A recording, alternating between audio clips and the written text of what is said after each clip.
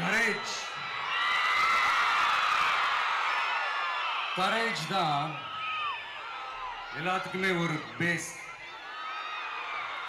Courage தான் எல்லாத்துக்குமே ஒரு பவர். அப்படிப்பட்ட அந்த பவர் எதிலிருந்து ஆரம்பிக்கிறது தெரியுமா? நம்மள அண்டர் எஸ்டிமேட் பண்ற நேரத்துல, நம்மள ஒரு ஏளனமா பார்க்கிற நேரத்துல, நம்ம யாருன்னு ப்ரூவ் பண்ணி காட்டணும்னு ஒண்ணு தோணும். நம்ம யாருன்னு காட்டணும்னு ஒரு உத்வேகம் ஒண்ணு வரும். அப்படி ப்ரூவ் பண்ற அந்த பாயிண்ட் எதுல இருந்து ஸ்டார்ட் ஆகுது தெரியுமா? எந்த விஷயத்துல நம்மள கிண்டலும் கேலியுமா பேசுறாங்களோ அதே விஷயத்தை வச்சு நம்ம அது ஒரு பாசிட்டிவா மாத்துறதுன்னு ஒண்ணு இருக்குல்ல, அதே விஷயத்தை வச்சு நம்ம அது ஒரு ஃபயரா மாத்துறதுன்னு ஒன்று இருக்குல்ல, அங்கிருந்து தான் அந்த பவரே ஸ்டார்ட் ஆகும். அப்படிப்பட்ட அந்த உண்மையான அந்த பவரை சொல்ற அந்த பாயிண்ட்ல இருந்து ஆரம்பிக்கலாமா? ஏ விஜய், வீட்டை விட்டு வெளியே வா. ஏ விஜய், பணியூர் விட்டு வெளியே வா அப்படின்னு சொல்றவங்களுக்கு என் வீடு எதுன்னு தெரியுமா? முதல்ல என் வீடு எங்க இருக்குனாவது தெரியுமா? என சீண்டி பார்க்கறதா நினைச்சு கிண்டலும் கேலியுமா பேசுறவங்களுக்கு நான் சொல்றேன், இந்த தமிழ்நாடு தமிழ்நாடுன்னு சொல்றாங்களே, அது மத்தவங்களுக்கு வேணா ஸ்டேட்டா இருக்கலாம். ஆனா என்ன பொறுத்த வரைக்கும் என் தாய் நாடான தமிழ்நாடு தான் என் வீடு.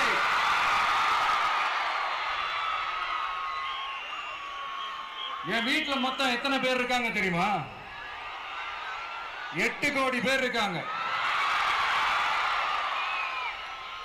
ஒட்டுமொத்த தமிழ்நாட்டு மக்களும் என் வீட்டு மக்கள், என் குடும்பம், என் உறவு, என் சொந்தம்.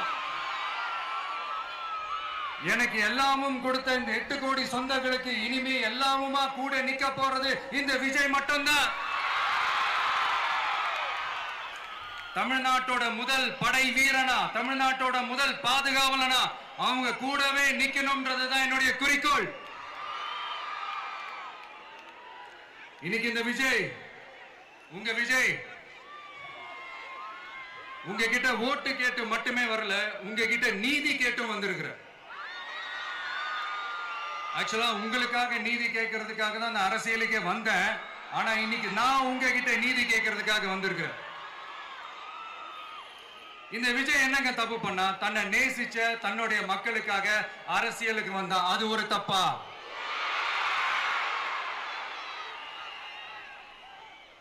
எல்லாத்தையும் ஒதுக்கி தள்ளிட்டு மக்களுக்காக மட்டுமே வந்த அது ஒரு தப்பா?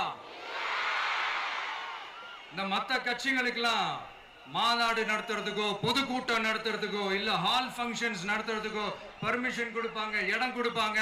ஆனா நமக்கு மட்டும் இடம் கொடுக்க மாட்டாங்க, கொடுக்கவும் விட மாட்டாங்க. இது என்னங்க நியாயம்? நான் போய் மக்களை சந்திக்கிறதுக்கோ இல்ல மக்கள் வந்து என்ன சந்திக்கிறதுக்கோ ஒரு உரிய இடமோ இல்ல உரிய பாதுகாப்போ மத்த கட்சிகளுக்கு எல்லாம் கொடுப்பாங்க. ஆனா எனக்கு கொடுக்க மாட்டாங்க, கொடுக்கவும் விட மாட்டாங்க. இது என்னங்க நியாயம்?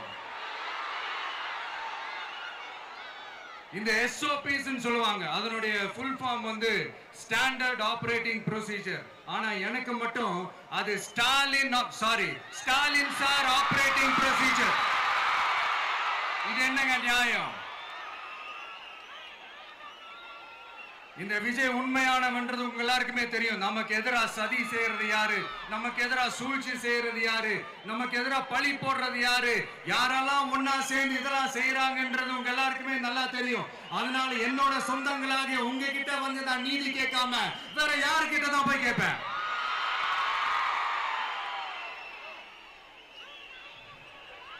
செல்ஃபே எடுக்காத ஒரு கூட்டணி கணக்கு, செல்ஃபே எடுக்காத ஒரு அறத பழைய அரித்மெட்டிக் கணக்கு, இதெல்லாம் வேலைக்கே ஆகாது. ஆணித்தரமா அடிச்சு சொல்றேன். அப்புறம் இந்த காசு கொடுத்து ஓட்டு வாங்கிடலாம்னு கனவு காண்றாங்கல்ல, அதுவும் இந்த விஜய் வந்ததுக்கு அப்புறம் நடக்கவே நடக்காது. வண்டி வண்டியா கொண்டாந்து குட்டுவாங்க. 1000, 2000, 3000, 4000, 5000. சாமி மேல சத்தியெல்லாம் வாங்குவாங்க. அப்படிதான் இத்தனை வருஷமா உங்களை ஏமாத்தி இருக்கிறாங்க. வாங்கிக்கங்க, சந்தோஷமா வாங்கிக்கங்க. எல்லாம் உங்க பணம் தான். வாங்கிக்கிட்டு அவங்க காதிலே விசில ஊதி அனுப்புங்க. எப்படி? அவங்க செவிலே விசில ஊதி அனுப்புங்க.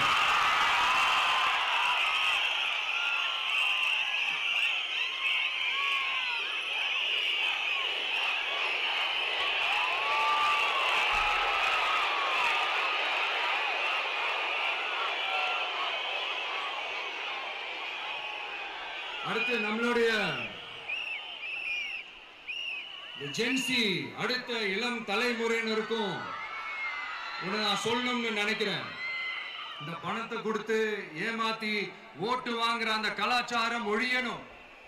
பணத்தை கொடுத்து ஏமாத்தினா ஏமாறுவீங்க. உங்களை தான் கேட்கிறேன், பணத்தை கொடுத்து ஏமாத்தினா ஏமாறுவீங்க? எல்லாரும் கொஞ்சம் கையப்படி வைங்களேன் எனக்காக. நான் சொல்றதை கொஞ்சம் ரிப்பீட் பண்ணுங்க. எங்க ஓட்டு எங்க உரிமை. எங்களை யாரும் விலைக்கு வாங்க முடியாது. எங்கள் ஓட்டு விசில் சின்னத்துக்கு தான்.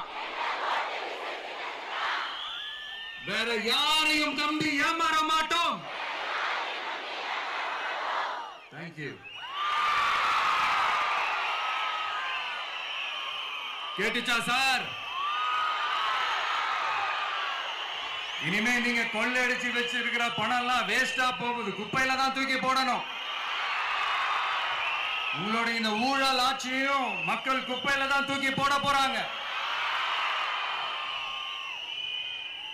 அடுத்து ஒவ்வொரு வீட்டில் இருக்கிற என்னுடைய குட்டி நண்பா நண்பீஸுக்கும் நான் சொல்லணும்னு நினைக்கிறேன். வீட்டில் டிவியில உட்கார்ந்து இந்த பிரச்சார மீட்டிங் எல்லாம் பார்த்துட்டு இருப்பீங்க. உங்களையும் உங்களுடைய ஃபியூச்சரையும் மைண்ட்ல வச்சுக்கிட்டு தான் நாம அரசியலுக்கே வந்திருக்கிறோம். அதனால எனக்காக நீங்க ஒண்ணு செய்யணும். தொடர்ந்து செஞ்சுக்கிட்டு தான் இருக்கிறீங்க. நான் நிறைய கியூட்டான வீடியோஸ்லாம் நான் பார்க்கிறேன். லைக் உங்க அம்மா அப்பா கிட்ட மைக்க நீட்டி யாருக்கு ஓட்டு போடுவீங்கன்னு கேட்டா பின்னாடி இருந்த அந்த பையன், அம்மா விஜய்னு சொல்லுமா, அப்பா விஜய்னு சொல்லுப்பா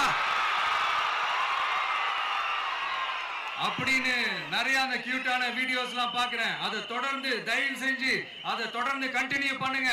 உங்க வீட்டில் இருக்கிற உங்களுடைய அப்பா அம்மா தாத்தா பாட்டி பெரியப்பா பெரியப்பா சித்தி சித்தப்பா அத்தை மாமா ஓட்டு போடுற வயசுல இருக்கிற அண்ணன் அக்கா எல்லாரையும் விசில் சின்னத்துக்கு ஓட்டு போட சொல்லுங்க. விசில் சின்னத்துக்கு ஓட்டு போட வைங்க.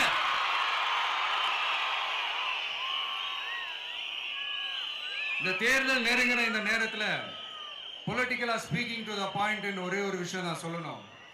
நாங்க அரசியலுக்கு வந்தது எந்த கட்சியும் ஒழிக்கிறதுக்கோ அழிக்கிறதுக்காகலாம் நாம அரசியலுக்கு வரல.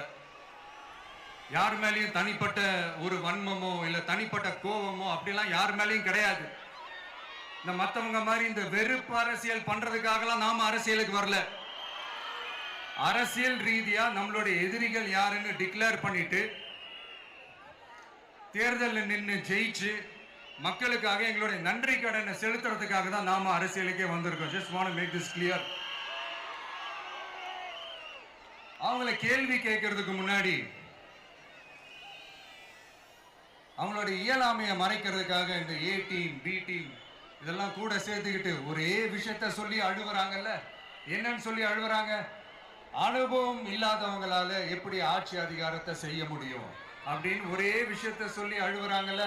அந்த அழுகைக்கு நாம ஒரு பதிலடி கொடுக்கணும்ல. மக்களே, நான் உங்களையே கேட்கிறேன், தெரியாம தான் கேட்கிறேன். இந்த அனுபவம் அனுபவம் அனுபவம்னு சொல்றாங்களே, அதிகாரத்தை வச்சு மக்கள் பணத்தை கொள்ளையடிச்சதை தாண்டி வேற ஏதாவது கொம்பு முளைச்ச பெரிய அனுபவம் இவங்களுக்கு இருக்குதா?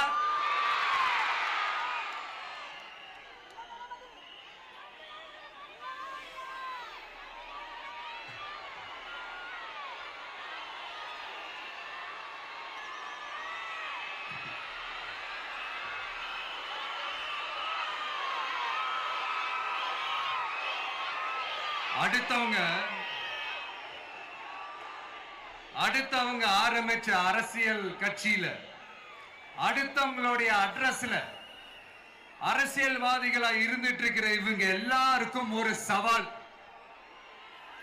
என்ன மாதிரி தனியா, என்ன மாதிரி சொந்தமா ஒரு கட்சி ஆரம்பிச்சு 1% அட்லீஸ்ட் 1% வாக்கு வாங்கி காட்டுற அந்த தில் இருக்குதா, திராணி இருக்குதா? 30 வருஷமா மக்கள் இயக்கமா இருந்து இன்னைக்கு மிகப்பெரிய ஒரு அரசியல் கட்சியா வளர்ந்து இந்த கூட்டணி கட்சிகள் மட்டுமே நம்பி இருக்கிற 75 வருஷ கட்சி, 50 வருஷ கட்சின்னு இன்னைக்கு ஆட்சி அதிகாரத்தில் இருந்துட்டு இருக்கிற இவங்க எல்லாரையும் மீறி இன்னைக்கு களத்துல தனியா நின்னு இந்த 2 வருஷத்துல முதன்மை சக்தியா வளர்ந்து 30% தாண்டி இன்னைக்கு மக்கள் ஆதரவை பெற்றிருக்கிற நமக்கு அனுபவம் இல்லையா? உங்களுடைய அனுபவம் என்னன்னு சொல்லட்டுமா? கட்சி ஆரம்பிச்ச அண்ணாவை மறந்தது, கட்சி ஆரம்பிச்ச எம்ஜிஆர் அவர்களை மறந்தது, கட்சியை வளர்த்த ஜெயலலிதா மேடம் அவங்களை மறந்தது. இவங்க எல்லாரும் சொன்ன விஷயங்கள், பேசின விஷயங்கள், எதையெல்லாம் ஃபாலோ பண்ணணும்னு சொன்ன விஷயங்கள் எல்லாத்தையும் மறந்தது. இவங்களுக்கு நமக்கு அனுபவம் இல்லையா? நமக்கு அனுபவம் இல்லதான். கொள்ளை அடிக்கிறதுல எங்களுக்கு அனுபவம் இல்லதான். அதெல்லாம் எங்களுக்கு சுட்டு போட்டாலும் வராது. இந்த கொள்கையை பேருக்கு மட்டும் வச்சுக்கிட்டு நேரடியா சரண்டர் ஆகிறது, மறைமுகமா சரண்டர் ஆகிறது, இந்த மாதிரி அனுபவம் நமக்கு இல்லதான். அதுவும் நமக்கு சுட்டு போட்டாலும் வராது. மக்களை நேசிக்கிற நல்ல குணம் இருந்தா போதும்யா. நல்ல சூப்பரான ஒரு நல்லாட்சி கொடுக்கலாம். நல்லாட்சி கொடுக்கிறதுக்கு மெத்த படிச்ச மேதாவிகளா இருக்கணும்லாம் ஒன்னும் அவசியம் இல்ல. காமராஜர் அவர்கள் மாதிரியோ, எம்ஜிஆர் அவர்கள் மாதிரியோ மக்கள் சக்தியின் துணையால, மக்கள் மேல அக்கறையா இருக்கக்கூடிய நல்ல அதிகாரிகளின் துணையால சூப்பரான ஒரு நல்லாட்சி என்னால கொடுக்க முடியும், செஞ்சு காட்டுறேன்.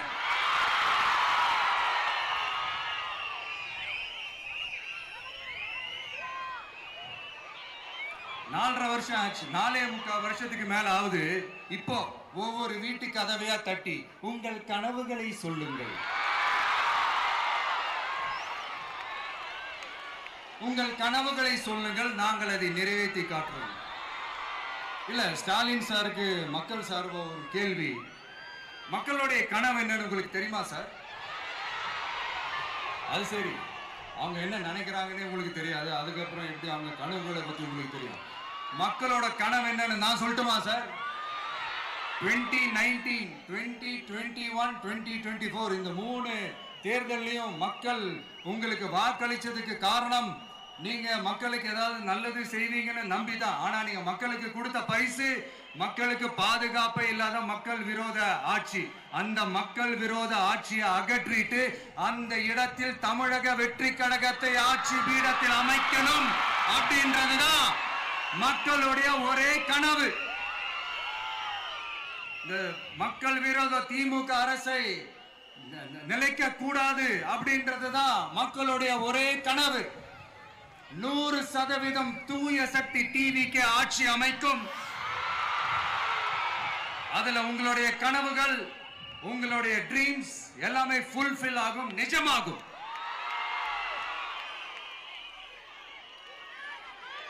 தமிழ்நாடு எப்பவுமே டெல்லிக்கு அவுட் ஆஃப் கண்ட்ரோல் அப்படின்ட்டு ஸ்டாலின் சார் அடிக்கடி சொல்லுவாங்க. ஸ்டாலின் சார் எது எதுலாம் அவுட் ஆஃப் கண்ட்ரோல் இப்ப நான் கொஞ்சம் சொல்லட்டுமா? முதல்ல சட்டம் ஒழுங்கெல்லாம் அவுட் ஆஃப் கண்ட்ரோல், பெண்கள் பாதுகாப்புல அவுட் ஆஃப் கண்ட்ரோல், இளைஞர்கள் வேலை வாய்ப்புல அவுட் ஆஃப் கண்ட்ரோல், மொத்தத்தில் அவரோட ஆட்சியே ஒரு அவுட் ஆஃப் கண்ட்ரோல். இந்த வருஷம் பிகினிங்ல சட்டசபையில பேசும்போது சொல்றாங்க, மக்கள் எல்லாரும் ரொம்ப மகிழ்ச்சியா இருக்கிறாங்க, அதனால நானும் ரொம்ப மகிழ்ச்சியா இருக்கிறேன் அப்படின்னு. மக்கள் சந்தோஷமா இருக்கிறத பார்க்கறது கூட ஒரு சந்தோஷம் தான் சார், அது யாரும் இல்லைன்னு சொல்லல. அப்படி உண்மையிலேயே மக்கள் உண்மையிலேயே சந்தோஷமா இருக்கிறாங்க அப்படின்னா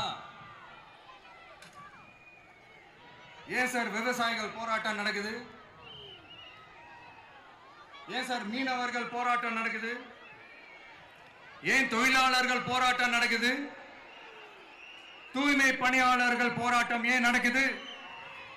அங்கன்வாடி ஊழியர்கள் போராட்டம், செவிலியர்கள் போராட்டம், மருத்துவர்கள் போராட்டம், மாற்றுத்திறனாளிகள் போராட்டம், அரசு ஊழியர்கள் போராட்டம், ஆசிரியர்கள் போராட்டம், இடைநிலை ஆசிரியர்கள் போராட்டம், பகுதி நேர ஆசிரியர்கள் போராட்டம்.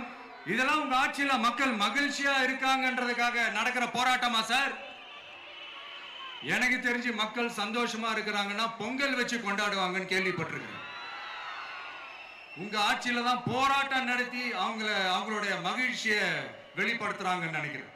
இன்னும் தீரவே தீராத பிரச்சனைகள்னா இருக்கிற இடம் பிரச்சனை, பார்க்கிற வேலை பிரச்சனை, பண்ற தொழில் பிரச்சனை, விலைவாசி பிரச்சனை, தண்ணி பிரச்சனை, பஸ் வசதி இல்லைன்ற பிரச்சனை, ரோடு சரி இல்லைன்ற பிரச்சனை,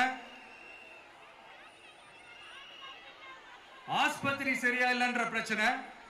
இப்படி எல்லாம் ஒரு அடிப்படை விஷயங்களே பிரச்சனையா இருந்தா அப்போ ஆளுங்கட்சின்னு ஒண்ணு எதுக்குதான் இருக்கிறாங்க அப்படின்னு தானே மனசுல தோணும் மக்களுக்கு. ஆட்சிக்கு வர்றதுக்கு முன்னாடி தான் பொய் பொய்யா அடிச்சு விட்டீங்க. இப்ப ஆட்சியை விட்டு போகும்போது கூட பொய் பொய்யா பேசுறீங்களே சார், என்ன சார் இது? மாத்தி மாத்தி பேசுறதுல நீங்க வேற லெவல் தான் சார். ஆட்சிக்கு வந்த அடுத்த வருஷமே 2022ல 70% வாக்குறுதிகளை நிறைவேற்றிட்டோம்னு சொன்னாங்க. அப்புறம் போன வருஷம் 90% வாக்குறுதிகளை நிறைவேற்றிட்டோம்னு சொன்னாங்க. அப்புறம் இந்த வருஷம் 505 வாக்குறுதிகளை 404 வாக்குறுதிகளை நிறைவேற்றிட்டோம். கிட்டத்தட்ட ஒரு 80% வாக்குறுதிகளை நிறைவேற்றிட்டோம்னு சொன்னாங்க. முதல்ல 70, அப்புறம் 90, அப்புறம் 80. இன்னும் தேர்தல் நெருங்க அது 60, 50, 40, 30, 20ல போய் நிற்கும்னு நினைக்கிறேன். அதையும் அவரே அறிவிப்பாரோ என்னமோ எனக்கு தெரியல. முதல்வர் ஸ்டைல்லையே சொல்லணும்னா, பொய்யிலேயே பிறந்து பொய்யிலேயே வளர்ந்த புலவர் பெருமானே, கொஞ்சம் அத திருத்தி சொல்றேன், புலுகர் பெருமானே. அது இன்னும் பொருத்தமா இருக்கும். அவருடைய அண்ட புழுகு, ஆகாச புழுகு என்ன தெரியுமா? பெண்களுக்கு பாதுகாப்பு தமிழ்நாட்டில் எங்க போனாலும் கொட்டி கிடக்குதான். அப்படி அது உண்மைனா அண்ணா யூனிவர்சிட்டி அந்த பொண்ணுக்கு ஏன் சார் அப்படி ஒரு கொடுமை நடந்துச்சு? கோவை கல்லூரி பெண்ணுக்கு ஏன் சார் அப்படி ஒரு கொடுமை நடந்துச்சு? பெண் குழந்தைகள் பாதிக்கப்படுறதா கிட்டத்தட்ட 1000க்கும் மேலான போக்சோ கேசுகள் ஏன் சார் பதிவானுச்சு? போதைப் பொருள் கலாச்சாரம் கண்ட்ரோலே இல்லாம அது பாட்டுக்கு தாறுமாற எங்கேயோ போய்கிட்டு இருக்கு. வயலன்ஸ் எல்லாம் தலைவிரிச்சு ஆடுது. அதுக்கு ஒரு ரீசெண்ட் எக்ஸாம்பிள் அந்த ரயில்வே ஸ்டேஷன்ல அந்த சிறுவர்கள் எல்லாரும் சேர்ந்து செஞ்ச அந்த சம்பவம். சட்டம் ஒழுங்கு சரியா இருந்தா ஏன் சார் இப்படி எல்லாம் நடக்குது? சட்டம் ஒழுங்கு சரியா இருக்கணும்னா முதல்ல தமிழ்நாட்டுக்கு ஒரு டிஜிபி வேணும் சார். எங்க சார் போனார் அவரு? எங்க அவரு? சும்மா இந்த ஆக்டிங் ஆபீசரை வச்சுக்கிட்டு அரசாங்கத்தை நடத்துனீங்கன்னா இப்படிதான் சட்டம் ஒழுங்கு சந்தி சிரிக்கும். முதல்ல தமிழ்நாட்டுக்கு ஒரு டிஜிபியை போடுங்க சார். அதுக்கப்புறமாச்சும் சட்டம் ஒழுங்கு சரியாகுதான்னு பார்ப்போம். சரிப்பா, கேள்வியா கேட்கிறியே, நீ வந்தா என்ன செய்வ அதானே கேட்கிறீங்க. கரெக்ட், கேட்கணும். மக்களோட அடிப்படை தேவைகளை தீர்க்கிறது தான் நம்மளுடைய ஃபர்ஸ்ட் வேலையே. அதை தீர்க்கிறதுக்கான அந்த தேடி போறது, அதோட சொல்யூஷனை தேடி போறது தான் நம்மளுடைய ஃபர்ஸ்ட் அஜெண்டாவே. கொஞ்சம் வெயிட் பண்ணுங்க, தேர்தல் அறிக்கை ரெடி ஆயிட்டு இருக்கு. தெளிவான ஒரு தேர்தல் அறிக்கையாவது வரும். என்ன நம்புற உங்களை நான் டிசப்பாயிண்ட் பண்ணவே மாட்டேன்.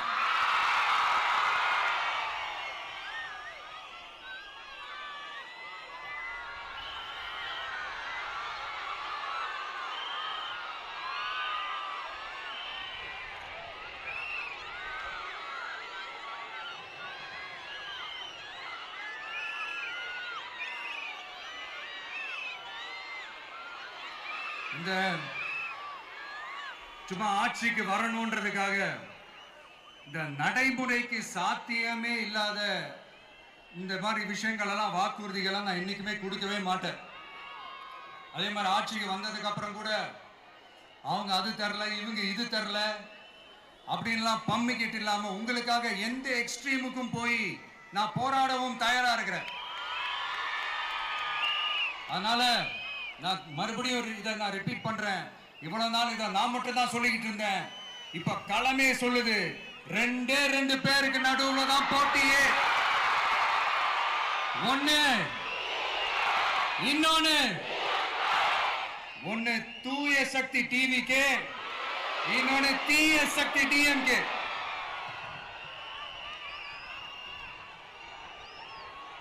இப்ப நம்ம இந்த எலெக்ஷன் விஷயத்துக்கு வருவோம். விஜய் என்னப்பா இவரை மட்டும் தான் எதிர்க்கிறாரு, இவங்களை எதிர்க்க மாட்டேன்றாரு, அவங்கள பத்தி எதுவுமே சொல்ல மாட்டேங்கிறாரு. இல்ல நான் கேட்கிறேன், இது யாருக்கான எலெக்ஷன்?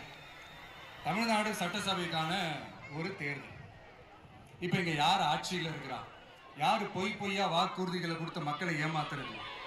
யாரு மக்கள் விரோத ஆட்சியை நடத்துறது? அப்ப இங்க யாரை அகற்றணும்? இந்த மக்கள் விரோத திமுக அரசை அகற்றணும்னா நம்ம யாரை எதிர்க்கணும்? எதுக்கு தேவையில்லாம பல முறை மக்கள் ஆல்ரெடி டிலீட் பண்ணவங்களை எதுக்கு? நம்மளுடைய கான்சென்ட்ரேஷன், நம்மளுடைய டார்கெட் திமுகன்றப்போ டார்க்னஸ் குள்ள எதுக்கு கல்லெறியணும்? இங்க மக்களை விரும்புற விஜய் வேணுமா, இல்ல மக்கள் விரோத ஆட்சி நடத்துற ஸ்டாலின் சார் வேணுமா? அவ்வளவுதான் இந்த தேர்தலே. இதுக்கு நடுவுல வேற யாருமே கிடையாது. புரியுதுங்களா உங்களுக்கு? என் நெஞ்சில் குடியிருக்கும் சேலம் மக்களே,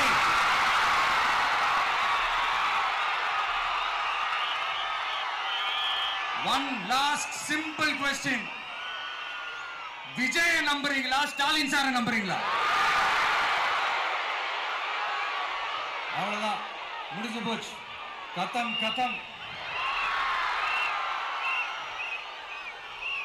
போர் முழக்கம் உங்களை ஒரு நிமிஷம் கூட தூங்க விடாது. இந்த போன லாஸ்ட் வீக் இந்த டிஎன்பிஎஸ்சி இந்த எக்ஸாம்ஸ், இந்த குரூப் 2 எக்ஸாம்ஸ் அதை அனௌன்ஸ் பண்ணிட்டு உடனே அதை கேன்சல் பண்ணிட்டாங்க. இது உலகத்துக்கு எல்லாருக்கும் தெரியும். கேன்சல் பண்ணிட்டு ரொம்ப சிம்பிளா டெக்னாலஜி இதோ சம் ஃபால்ட், டெக்னிக்கல் ஃபால்ட் அப்படின்னு சொல்லி அதை கடந்து போயிட்டாங்க. இத்தனை வருஷமா ராத்திரி பகலமா கஷ்டப்பட்டு படிச்சு எப்படியாவது நமக்கு அந்த வேலை கிடைக்காதான்னு அந்த எக்ஸாம்ஸை ஃபேஸ் பண்ண வந்த நம்மளுடைய தம்பி தங்கைகள் எவ்வளவு ஒரு மன உளைச்சலுக்கு ஆளாயிருப்பாங்க. அதை யாராவது யோசிச்சு பார்த்தீங்களா? ஒரு எக்ஸாம்ஸை ஒழுங்கா நடத்த தெரியல, இதுல உலக நாடுகளோட போட்டி போடுறாங்களாம். நம்மளுடைய தம்பி தங்கைகள், நம்ம அம்மா அப்பா கிட்ட சொல்லுங்க, யாரும் தைரியம், எல்லாரும் தைரியமா இருங்க. வரப்போறது உங்க ஆட்சி, நம்ம ஆட்சி.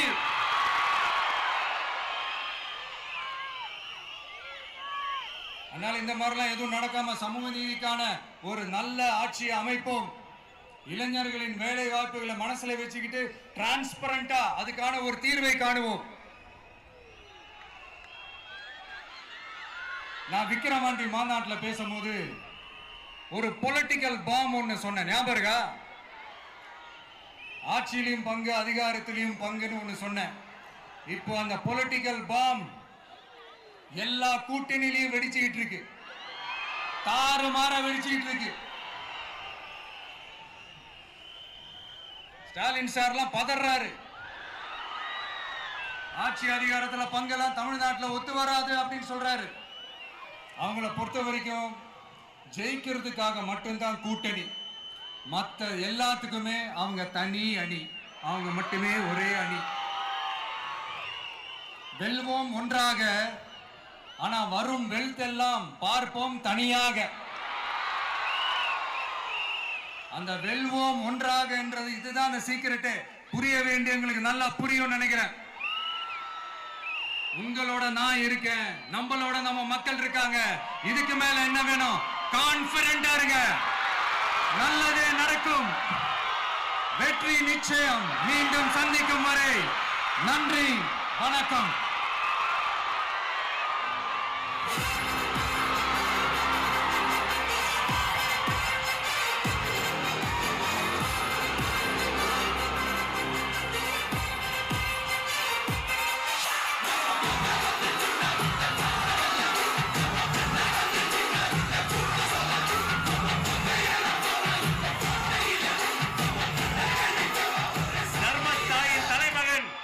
தமிழக வெற்றி கழகத்தின்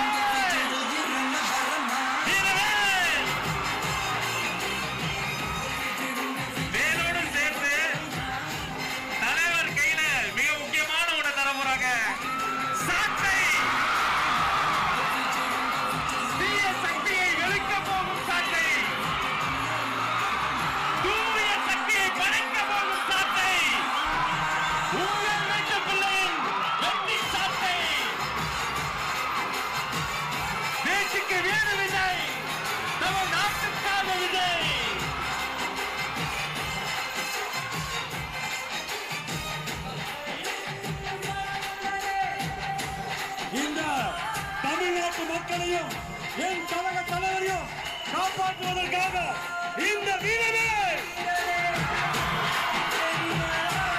ஊழல் சக்திகளை ஓங்கி அடிக்க கோட்டை விளக்குவோம். ஊழல் சக்திகளை நல்வாக்கி தருவோம்.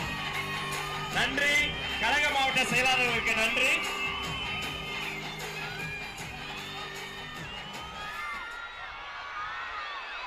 மாவட்ட செயலாளர்களுக்கு நன்றி. தமிழக வெற்றி கழகத்தின் கொள்கை பொதுச் செயலாளர் டாக்டர் KG அருண்ராஜ் IRS அவர்கள் மாங்கனி மாநகரில் வெற்றி செங்கோலை பரிசாக தருகிறார்.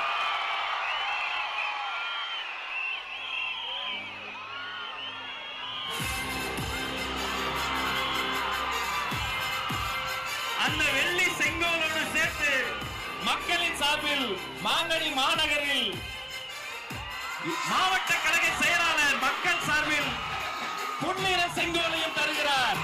இரட்டை செங்கோல்.